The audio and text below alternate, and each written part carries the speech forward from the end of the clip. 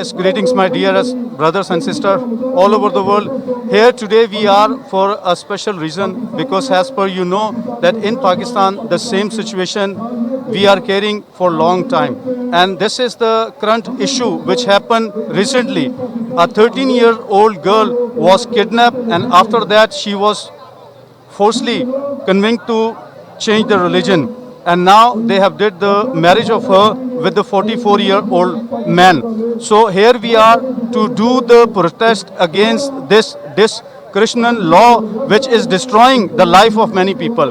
Here we are as a Christian, we know we are the citizen of Pakistan, and we just appeal our international brothers and sisters and media to please stand in the time of trouble.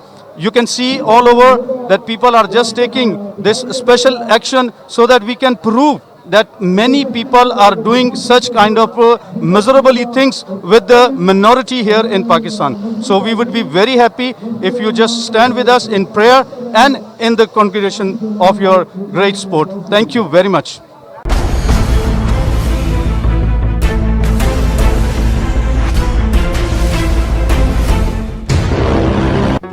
Do not forget to like the video, subscribe BTL TV, and press the bell icon to receive notifications.